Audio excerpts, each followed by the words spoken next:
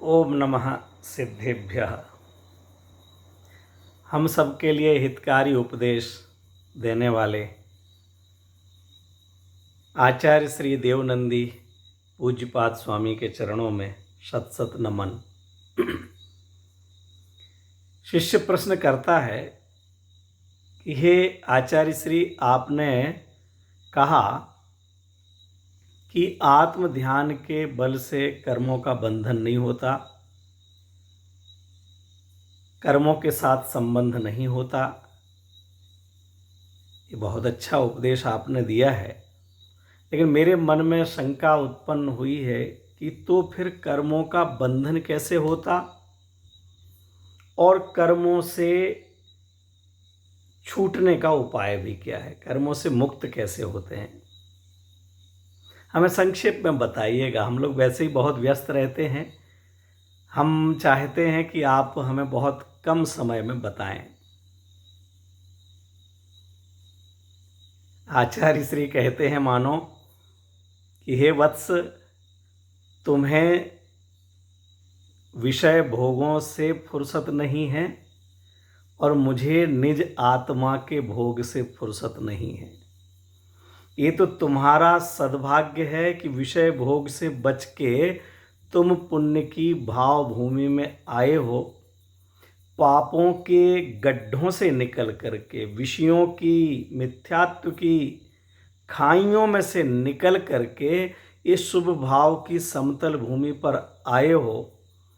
और हमारा भी एक सहज संयोग कि मैं शुभदोपयोग के शिखर से उतर करके तुम्हारे भाग्य से यहाँ मुझे शास्त्र लिखने का विकल्प आ रहा है। मेरे पास भी ज़्यादा लंबा चौड़ा लिखने का और कहने का समय नहीं है। मैं भी तुम्हारे लिए बहुत संक्षेप में बतलाता हूँ। मित्रों, आप लोगों ने इतना संक्षेप में, शायद जो स्वाध्यायी नहीं है उनकी बात कर रहा हूँ, इतने संक्षेप में बंध और मोक्ष का मार्ग या बंध का कारण और मोक्ष का कारण आपने नहीं सुना होगा। ये मैं नहीं बतला रहा हूँ, आचार्य पूज्यपाद स्वामी कह रहे हैं। अन्यत्र भी कुंद कुंद आचार्य देव ने कहा है, वह भी मैं यहाँ पर याद दिलाऊंगा आपको।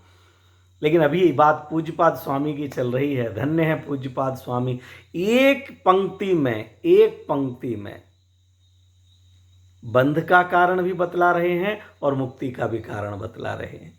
और दूसरी पंक्ति में हमें प्रेरणा भी दे रहे हैं कि बेटा, अब तुम्हारी समझ में आ गई हो तो लग जाओ काम पर।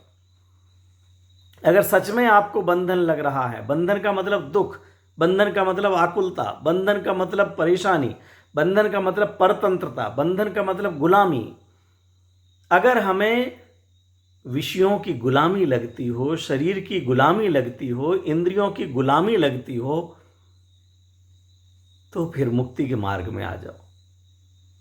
ये गुलामी का मतलब किसी की नौकरी करना नहीं, गुलामी का मतलब किसी के बंधुआ मजदूर होना नहीं। अरे हम भी बंधुआ मजदूर ही हो रहे हैं, इस शरीर के बंधुआ मजदूर। जिस दिन से ये शरीर का संयोग हुआ है उस दिन से इसकी सेवा में ही हमारा 24 घंटे लगा है। हम इसकी सुविधा के लिए भक्ष, अभक्ष, न्याय, अन्याय, नीति, अनीति, जो कुछ बनता है वो इस शरीर की सुविधा के लिए। हम आधा घंटे भी खड़े होकर के पूजन नहीं कर सकते क्योंकि पैर दुखने लगते हैं। हम 45 मिनट भी प्रवचन शांति से पालथी लगा करके सुखासन में बैठ करके नहीं सुन सकते। हमें आसन चाहिए, कुर्सी चाहिए, कुर्सी भी टिकने वाली चाहिए, सोफा के रूप में चाहिए, ऊपर भी पंखा चाहिए। और आज तो पंखे से भी काम नहीं चलता है, एसी चाहिए। ये एसी किसको चाहिए? आत्मा को चाहिए। नहीं साहब, उसके बिना मन नहीं लगता है हमारा मन। तो जब ये होता है फिर हम धर्म की चर्चा सुनते हैं, बड़े मज़े से सुनते हैं। विचार कीजिएगा कि सच में हम उस चर्चा का आनंद लेते हैं कि उस एसी का आनंद लेते हैं, या एसी में चर्चा का आनंद लेते हैं। और अगर एसी में आत्मा की चर्चा का आनंद है, आ रहा है, तो फिर वन जंगल में जाकर प्रचुर स्वसंवेदन की कल्पनाएं छोड़ दीजिए। केवल एसी में बैठ करके जब तक थोड़ा पुण्य का योग है आत्मा की चर्चा सुन लीजिए। आत्मानुभव नहीं होगा। आत्मानुभव एसी में बैठ बैठ करके नहीं होता, कूलर की व्यवस्थाओं में बैठ करके नहीं होता, सोफाओं पर बैठ करके नहीं होता। वह तो सामायिक की मुद्रा में, ध्यान की मुद्रा में, एकांत में कहीं पर होता है। एकांत में जाने से हो जाता है ये नहीं कह रहा हूं, वन जंगल में जाने से हो जाता है यह नहीं कह रहा हूं। सर्व त्याग कर देने वाले भी हम ही, मैं ही सर्व परिग्रह का त्याग करके मुनि दीक्षा भी धारण की है तो भी आत्मानुभव नहीं कर सका, क्योंकि आत्मानुभव करने से होगा। वाक्य पर आप ध्यान दीजिएगा। आत्मानुभव करने से होगा। आत्मानुभव के लिए और कुछ करने से आत्मानुभव नहीं होगा। रोटी बनाने से रोटी बनेगी, और कुछ करने से रोटी नहीं बनेगी। भोजन करने से भूख मिटेगी, आरती उतारने से और भोजन की महिमा गान करने से भूख नहीं मिटेगी। इसी तरह आत्मा की चर्चा सुनने से, आत्मा के संबंध में प्रवचन करने से, आत्मा को बतलाने वालों की पूजन करने से, ग्रंथों को पढ़ते रहने से, वीडियो सुनते रहने से आत्मानुभव नहीं होगा। आत्मानुभव तो आत्मानुभव करने से ही होगा, और वह आत्मानुभव ऐसी सुख सुविधाओं में नहीं होता है। क्यों? क्या ये संयोग बाधक हैं? संयोग बाधक नहीं है। उन संयोगों के प्रति जो हमारा आकर्षण है, हमें उन संयोगों में सुख लग रहा है, इसका मतलब आत्मा हमारे लिए सुख सुहावी नहीं लग रहा। हमारे लिए बढ़िया आसन से बैठ करके, बढ़िया वक्ता, बढ़िया माइक, बढ़िया वातावरण सुन करके मजा आता है। बढ़िया म्यूजिक बज रहा हो तो भक्ति में मजा आता है। हम म्यूजिक का आनंद लेते हैं, माने हम इंद्रियों का विषय का पोषण करते हैं और मानते हैं कि हमने भगवान की भक्ति का आनंद लिया है। विचार करना, भगवान की भक्ति वाद्य यंत्रों के साथ में हो सकती है, लेकिन केवल वाद्य यंत्रों के साथ हमें मजा आता है, इसका मतलब भगवान भी वही, शब्द भी वही, लेकिन वाद्य यंत्र नहीं थे तो मजा नहीं आया, इसका मतलब हम मजा उसका ले रहे थे। अगर ठीक है, हम बढ़िया भक्ति गा रहे हैं, भगवान विराजमान है, जय वीतराग विज्ञान पूर, जय मोहते मेरे को हरन सूर। बढ़िया पंक्तियां दौलत राम जी ने लिखी। भगवान भी ज्यों के त्यों वैसे के वैसे विराजमान हैं, हमारे भाव भी बन रहे हैं, और उसी समय अगर है व्यवस्था और वाद्यंत्र भी बज रहे हैं तो बजें, कोई बात नहीं, उनका निषेध नहीं कर रहा हूं। लेकिन विचार करें कि हमें किसका आनंद आता है, हमें किस समय आनंद आता है। अगर भगवान से और भगवान की भक्ति से आनंद आता है तो अकेले में क्यों नहीं आता कभी? जरूरी नहीं कि हम सदा अकेले ही रहें। हम एक सामाजिक प्राणी हैं, समाज में रहते हैं, समाज भी इकट्ठी होकर के भक्ति कर सकती है। सामूहिक पूजन का कार्यक्रम हो सकता है, सामूहिक भक्ति का कार्यक्रम हो सकता है, उसमें भी हम आनंद ले सकते हैं। लेकिन हम उस समूह का आनंद ले रहे हैं, वाद्यंत्रों का आनंद ले रहे हैं, कि उस पाषाण की प्रतिमा का आनंद ले रहे हैं, या उसके ऊपर छत्र चंवर जो लटक रहे हैं उनका आनंद ले रहे हैं, या भगवान की वीतरागता, सर्वज्ञता, अनंत चतुष्टय का जो स्वरूप बतलाया जा रहा है उसका आनंद ले रहे हैं। विचार करना, कोई भी बात मैं नेगेटिव वाली नहीं कर रहा हूं, नीचे जाने के लिए नहीं कर रहा हूं, सोचने और समझने के लिए कर रहा हूं। क्या है बंध का कारण, क्या है प्रभु मुक्ति का कारण? संक्षेप में बताइए बेटा, संक्षेप में बतलाते हैं। तुम्हारी होनहार भली है, जो आज सारा जगत विषयों के गड्ढे में पड़ा हुआ है, कषायों के खाइयों में गिरा हुआ है नीचे, केवल मान कषाय का पोषण करने, कोई लोभ कषाय का पोषण करने, कोई क्रोध कषाय का पोषण करने, कोई नाम के लिए, कोई मान के लिए, कोई सम्मान के लिए, इज्जत के नाम पर, भोगों के नाम पर गड्ढों में पड़े हुए हैं। और बेटा तुम निकल करके बाहर आए और ये सुनने की भी भावना हुई है, लगता है तुम्हारी होनहार बहुत भली है। मैं तुम्हारा अधिक समय नहीं लूँगा, बहुत संक्षेप में कहूँगा। बध्यते मुच्यते जीवा सममो निर्ममो क्रमात्। बंधुओं 6 शब्द आए केवल। बध्यते बंधता है, मुच्यते छूटता है। जीवः जीव, जीव बंधता है, छूटता है। किससे? सममो ममो, यह मेरा, यह मेरा, ये मोह परिणाम है, राग परिणाम है। इस मोह परिणाम से बंधता है। निर्ममो, और जो निर्मम है वह मुच्यते, वह छूटता है। क्रमात्, क्रम से। क्रम से का मतलब यहां दो शब्द आए, बध्यते मुच्यते। सममो निर्ममो, इसका संबंध इसके साथ, इसका संबंध इसके साथ, एक क्रम लगा लेना। बध्यते सममो, जो मोह सहित जीव है वह बंधता है। हम दुख के कारणों में, संसार के कारणों में कहीं मोह अकेला कहते हैं, कहीं राग द्वेष दो कहते हैं, कहीं तीन मोह राग द्वेष कहते हैं, और कहीं अकेला राग भी कहते हैं। जहां जब जैसी अपेक्षा हो उसको समझ लेना।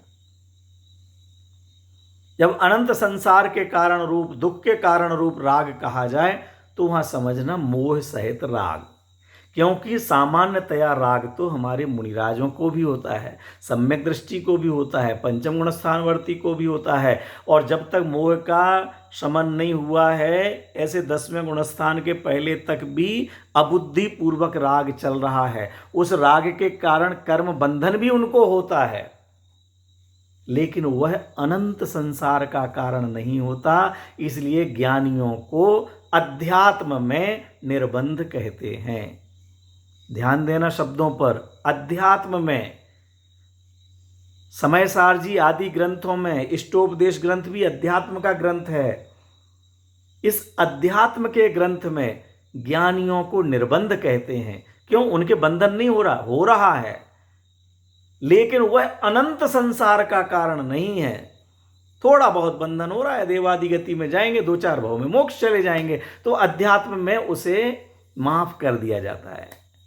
जबकि आगम में जाएंगे, करणान योग में जाएंगे, गुणस्थान गोमठ सारजी आदि ग्रंथ पढ़ेंगे, तो वहां तो जिस जिस गुणस्थान में जितना जितना राग है उसको भी बतलाया, और उससे जिस भी कर्म प्रकृति का बंध होता है उसका भी निरूपण किया गया है। वहां पर वही विषय समझना, उस विषय का यहां निषेध नहीं समझ लेना, अपेक्षा समझना। ये अध्यात्म है। अध्यात्म में आत्मा की मुख्यता है, मोक्ष मार्ग में लगने की मुख्यता है। अगर आत्मा की महिमा आ गई और हम मोक्ष मार्ग में एक बार चल पड़े तो आचार्य देव कहते शाबाश बेटा, तेरा सब काम हो गया, शाबाश पहुंच गया। अब तो अभी गाड़ी तो स्टार्ट हुई है, स्टार्ट हो गई ना, स्टार्ट हो गई तो अब मंजिल पर पहुंच जाएगी। और गाड़ी में बैठ करके स्टार्ट किए बिना बस अब पहुंच ही रहे हैं, फोन लगा दो बस हम निकल चुके हैं, मैं आधा घंटे पहले गाड़ी में बैठ चुका हूं, बस गाड़ी में बैठा हूं, स्टीयरिंग हिला रहा हूं, एक्सीलेटर दबा रहा हूं। लेकिन भाई साहब गाड़ी तो स्टार्ट है ही नहीं। गाड़ी स्टार्ट नहीं होगी तो जाएगी कब पहुंचेगी? तो ये अध्यात्म में तो गाड़ी स्टार्ट हो जाना, सही दिशा में चलने लगना, उतने में ही यह कह दिया जाता है कि बस हो गया काम, अब कोई दिक्कत नहीं है। गाड़ी स्टार्ट ही नहीं हो रही थी, धक्का मार मार करके लगा करके परेशान थे, गाड़ी स्टार्ट नहीं हो रही थी। और आज किसी के मंगल हाथ लगे और धक्का लगा और गाड़ी स्टार्ट हो गई, अरे वाह अब तो पेट्रोल भी तैयार, चल दो बेटा सीधे, बस गूगल मैप पे डाल दो, मंजिल पे पहुंच जाओगे, कुछ नहीं करना है। ऐसे ही निगोद से निकल करके यहाँ तक आए, आज तक हम सच्चे मार्ग पर चले ही नहीं। हमने जाना ही नहीं कि बंध का मार्ग क्या है, मोक्ष का मार्ग क्या है। बंध के कारणों को ही किसी को, उनमें से ही किसी को बंध का मान लिया, किसी को मोक्ष का मान लिया। अब बंध के कारणों में से ही किसी को मोक्ष का कारण मान करके हम मुक्ति के मार्ग पर लग गए। वो गाड़ी स्टार्ट हुई नहीं, सही दिशा में चली नहीं, और हमको लग रहा है कि हम पहुंच रहे, बस अब तो बहुत काम हो गया, मेरे 5 साल ये करते हो गए, 15 साल ये काम करते हो गए, 25 साल ये काम करते हो गए। भैया पूजन करना, स्वाध्याय करना, त्याग करना, शुद्ध भोजन करना, ये गलत नहीं है, प्रशंसनीय है, लेकिन इसको ही मुक्ति का कारण मान लेना अपने लिए अहितकर है, स्वयं के लिए जीव को अहितकर है। फिर समझना, वो मंदिर जाना अहितकर नहीं है, उसमें जो धर्म मान लिया, संतुष्टि हो गई, वो अहितकर है। 6 आवश्यकों का पालन करना वो अहितकर नहीं है, उन भावों को अच्छा मान करके उनको ही धर्म मान लेना और परिपूर्ण मान लेना, ये मान्यता अहितकर है। ये षट आवश्यक के परिणाम तो आचार्यों ने लिखे हैं कि ये षट कर्माणि दिने दिने, रोजाना करना चाहिए। जो नहीं करता है, जिसे जिनेंद्र भगवान के प्रति भक्ति भाव नहीं उमड़ता है, मुनिराज पद्म प्रमलधारी देव नियमसार की टीका लिखते हुए कहते हैं कि अरे भाई, तुझे जिनेंद्र भगवान के प्रति भक्ति नहीं उमड़ती है तो ऐसा लगता है तू तो मगर के, संसार रूपी मगर के मुंह में है, तू अब संसार में ही भटकने वाला है। क्या कहा, आगे की चर्चा फिर करेंगे। बध्यते मुच्यते जीवः सममो निर्ममो क्रमात्, सममो बध्यते निर्ममो मुच्यते। जो मोह सहित जीव है वो बंधता है, और जो निर्मोह है वो कर्मों से छूट जाता है। बस ये संक्षेप है, इतना सा समझ लो और इससे अपना मार्ग चुन लो, हमारा काम हो जाएगा। इस विषय पर हम और चर्चा करेंगे, गंभीरता से चर्चा करेंगे। आप सब अपेक्षाएं समझने का प्रयास करना। विषय कठिन नहीं है, कठिनाई के लिए नहीं है, आनंद के लिए है, निर्भर होने के लिए है।